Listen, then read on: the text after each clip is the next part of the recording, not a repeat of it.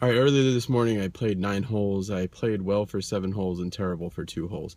Anyway, so I got to film some of my swings, and even though I was concentrating really on my loading in the backswing and keeping my backswing shorter, the problem really was that I was going forward on the way down. So now I'm gonna go work on that and the head from going this way on the way down.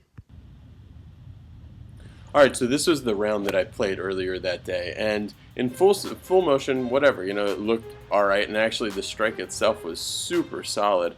But then when you watch it here, you can see I'm drastically going in front. My head position is drastically moving towards the target side of the ball. So I was on a quest to do some major swing repair and fix this. And in this process of me fixing this is my after swing.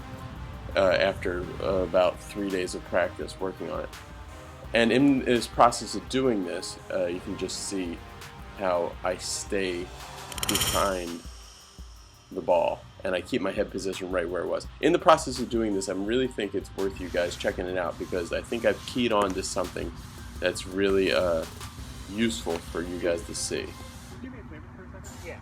Could you just hold a stick, your alignment rod right here, for just while I take some practice swings? Right here. So, because I've been having trouble, I've been going forward a little bit. So like just right just there? hold it, like cover it right there. Thank you. And then when I get to about the ball, lift it up. Okay. So we'll just try practice. So this was me asking a stranger, just some nice kid that was hitting balls next to me, to help me out with this classic drill that you've seen people do. A lot of PGA Tour and especially LPGA Tour pros with their caddies do this all the time. And so this was my first thought to how to fix it. But then this was the next day at the range.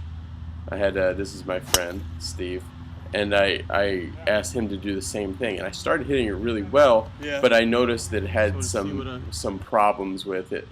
The ball would every once in a while go to the right, doing that while I was hanging back. Then I really keyed onto something. Well, this shot's a little dark, but you can see I'm staying behind it really nicely. So staying behind it nicely, but it needed another piece to get it to be a truly transformative kind of move. So I started hitting some more balls, and then I started blending another feel in with this first feel. I started blending a second feel, because for me, feels always, when they really work well, they always have to come in twos. So I started blending these two feels together, and I just absolutely started crushing the ball. And it wasn't like this fluke thing. It was just like basically a half an hour and 3/4 of a bucket of just striped shots. It was like I'd become possessed by some actually good golfer. And it was all just keeping my head back and getting my hands forward. The key, though, is, alright, keep your head back and get your arms working in front. That's all well and fine, but it's how do you do that? That one was crushed. And that was not uncommon. I just kept doing that, and I was like, this is really working. So I wanted to share it with you guys, exactly what the feels are that I'm having that really got me, not only to keep my head in position, but also to get unstuck. I was totally trapped. So I'm going to explain this on video in a second, exactly what I'm feeling.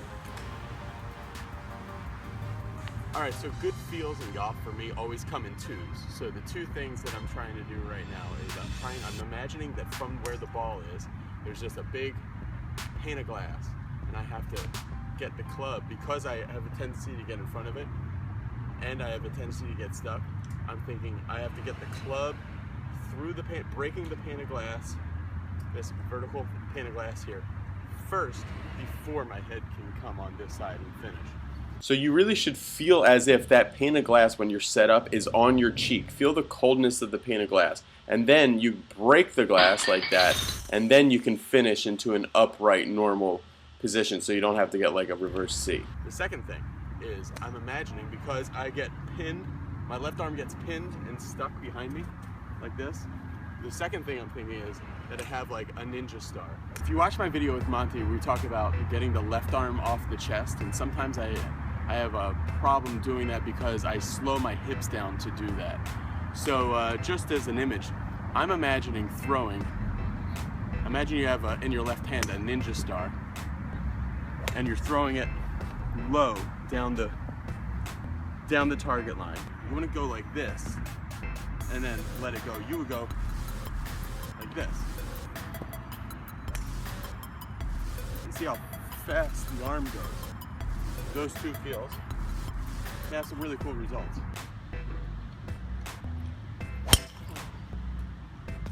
So again, I kept doing different camera angles just because I really want to capture the way I'm hitting it now for future reference, so I can go back to this. Because if I keep hitting it like this for the rest of my life, I would be very happy. So same thing. You're staying behind it, but you also have to get the arms really working with you. Right. So after I thought I had done my wrap, I wanted to go hit more balls just to see, okay, is this a fluke? I haven't done it now for 5 minutes while I was talking.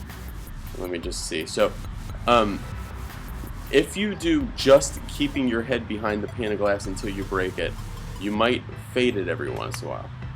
But if you do the ninja star feeling with it, they just blend together awesome. And that was just that was me. That driver was me trying to see how hard I could hit it and keep it in control.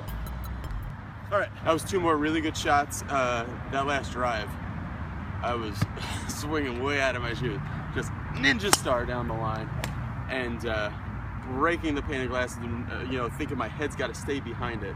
I'm totally behind it as I do that. I have a tendency to do this. So could be getting on to something really good. Guys, try it out. Let me know what you think. Subscribe to my channel, and talk to you later.